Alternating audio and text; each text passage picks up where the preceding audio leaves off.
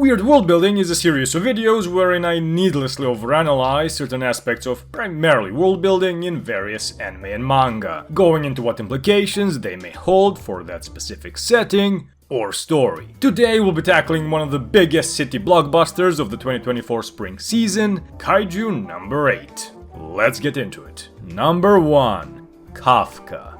Kafka Hibino. Listen, I'm entirely fine with the names of characters, especially in anime, being direct references to their personality, skills, powers, and so on. Hell, I'd say I even like it. Hiei's name is a reference to his speed and appearance. Naruto's name is a reference to the all-pervasive spiral pattern that's associated with the 8 trigram seal, the Uzumaki clan, the Rasengan, and his favorite food. Friren's name is a reference to her very much phlegmatic and aloof personality, and so on. However, while Yu Yu Hakusho and Naruto largely use Japanese terms as names for their characters, and Sousou no Frieren mostly uses German terms as names for its characters, Kafka in Hibino Kafka is supposed to be a reference to the Czech-born German-speaking writer and the author of Metamorphosis. The reference is of course that both Kafka, the protagonist of Kaiju number 8, and Gregor Samsa, the protagonist of the Metamorphosis, both undergo a sudden and unwanted transformation, finding themselves in the visage of monsters. However, in the anime at least, there's no in-world established reason why Kafka would bear a foreign name, since the setting is modern Japan and all other characters, I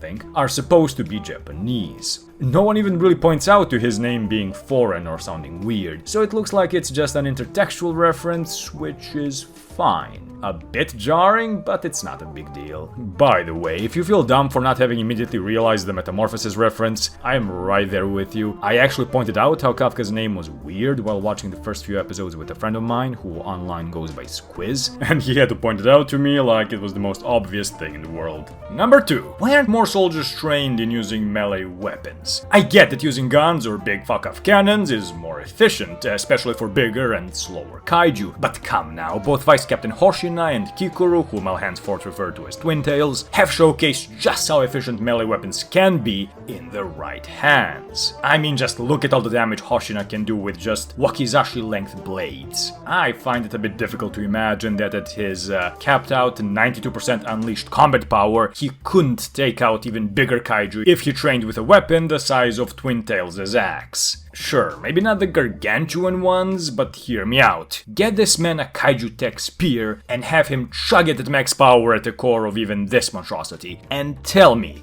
that wouldn't come out the other end. Sure, it'd be a pain to get it back, and there's the risk of missing, but it is food for thought. On a more serious note, it does make sense that the defense force would prioritize long-range firearms, since the variety of rounds available, capability to be used at both long and short range, portability, together with their quite sufficient destructive power, all make it so that prioritizing melee weapons would be objectively less efficient in the vast majority of cases. However, I do feel like more of the cadets should be tested for their affinity for melee weapons. While they don't necessarily need to specialize in them or be given super special custom-made ones, like the Vice Captain or Twin Tails, I do feel like it's a good strategy considering how effective even improvised melee weapons have shown themselves to be. Number 3. I fully understand it's a deliberate choice and a borderline necessity in order to allow for the characters to be recognizable and marketable, but purely from an in-world perspective, they really should either be wearing helmets or have the suits cover their heads entirely. You may not like it, but this is what peak kaiju killing performance looks like. I get they have force fields generated by their suits that extend to their heads as well, I hope, but the suits should really at least go all the way up to the atlas or the C1 vertebrae, because without additional support there, a hit like this should absolutely dislodge the skull from the spinal column. Number 4. That's not how lifting works. While I have no doubt Twin Tails has the raw strength to lift a van thanks to the suit, there's no way in hell her at most 40 kilo frame, at least 10% of which is the hair, gives her enough mass to lift a van of that size and weight single-handed like that. She'd either lift only the front half, or supposing she had the grip strength to hold the whole thing aloft and the van didn't break apart, she'd topple over. It's not even just just about raw strength or weight. It's also very much about the leverage and the weight distribution of whatever you're lifting. We know that the suits or the field they generate don't provide additional leverage or support, since Mina, or Captain Ashiro, had to have her pet tiger support her so she didn't get blown away by the cannon's recoil. I guess Twin Tails is just built different. Number 5. Speaking of, what is the deal with the damn tiger? I'm not gonna lie, I laughed pretty hard when I first saw it. It looks so random and out of place in this setting. I mean, it's very obviously not just a tiger, considering it was strong enough to withstand and provide counterforce to Mina when she fired off that humongous cannon, so I'm assuming it's some kind of kaiju animal hybrid or the like.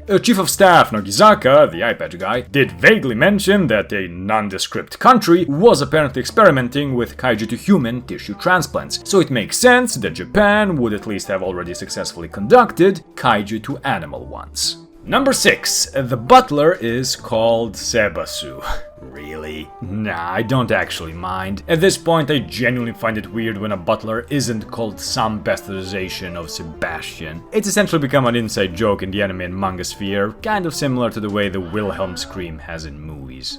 Number 7. Okay, so Kafka was praised for his amazing knowledge of kaiju biology and ethology, which he cultivated over his years of working as a kaiju cleanup worker, paired with the long hours he put in to study them following his admission into the defense force. In the end, it was his combat-applicable knowledge of kaiju paired with his selfless conduct and dedication that earned him a place as a full-fledged defense force officer. My question is then, why doesn't the defense force already have someone with this sort of expertise at their immediate disposal? Seriously, Kafka's contributions cannot be understated, and I'm not talking about when he goes number 8. That's far less impressive, since it's just him living out every teenage boy's power fantasy. I'm talking about him single-handedly turning the tides of a battle by being educated and savvy enough to quickly deduce the weaknesses and characteristics of particular types of kaiju under battlefield conditions. Even if the defense force didn't have a special branch of soldiers who specialized in kaijuology before Kafka's debut, they really should form one ASAP. Make the course primarily kaijology focused by having the recruits undergo a mandatory internship with the cleaners to get as much practical knowledge as possible while studying theory in the meantime. You'd also of course need to make them undergo the minimal amount of combat training required to ensure they remain cognizant and calm while on the battlefield, but that's absolutely doable. Also, have Kafka teach it, or at least assist with the curriculum.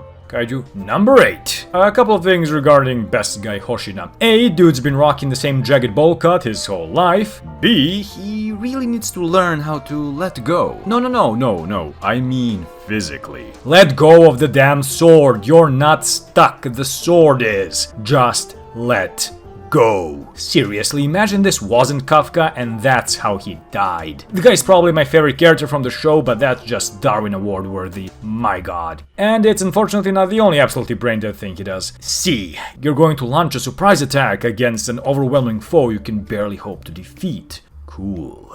Why are you yelling? You're a trained soldier and martial arts master. Why are you yelling while launching a freaking surprise attack?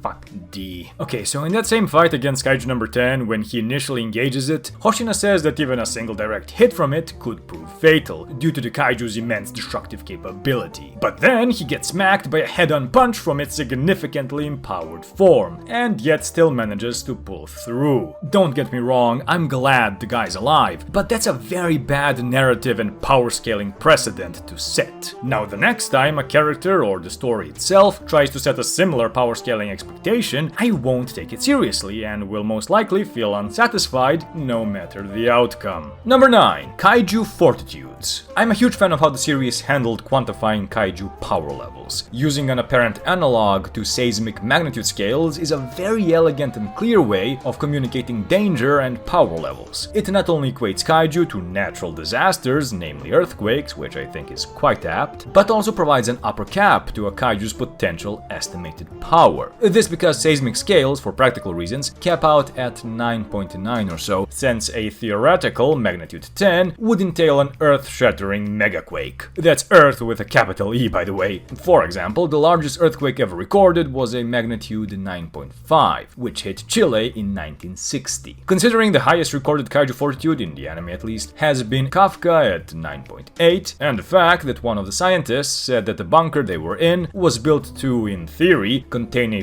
fortitude 10 kaiju, I think this analog between kaiju fortitudes and earthquake magnitudes tracks on rather nicely. As such, I doubt that a kaiju above a magnitude of 10 will ever appear. Or, if it does, it will most likely mean that the defense force, nay, humanity, is nearing its final boss.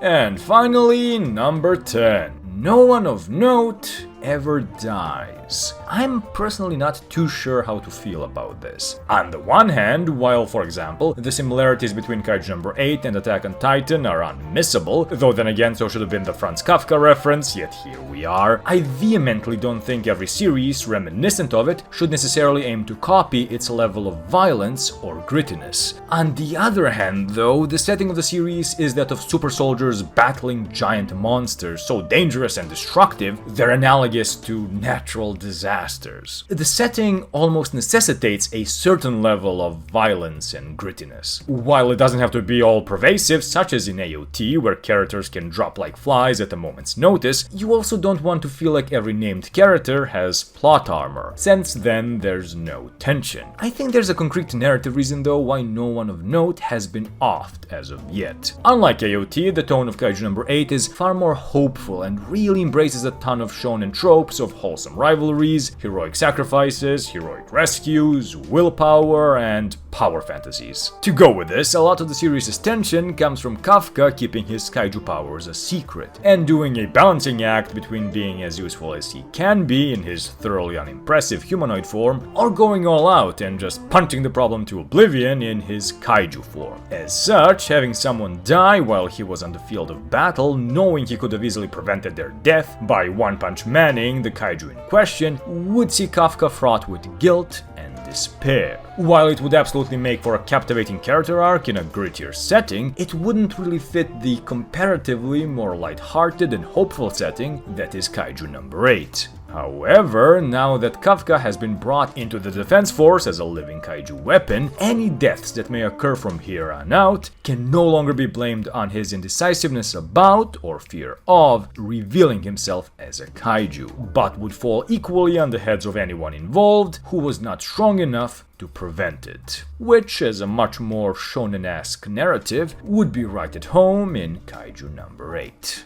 And that's that! Since it didn't make sense to put it in the body of the video proper, I just want to say that I really have to praise the fact that the show has practically non-existent fan service, plus the fact that it has minimal CGI, despite the recent trend of giant monsters and the like, almost always being PS2 levels of CG. As far as what's next on the channel, you can expect the NEN category combat ranking I promised a while back. As always, thank you very much for watching, feel free to subscribe if you like more content like this, feedback is always appreciated, if you'd like to go the extra mile in supporting the channel, do consider becoming a channel member, and I'll see you in the next one.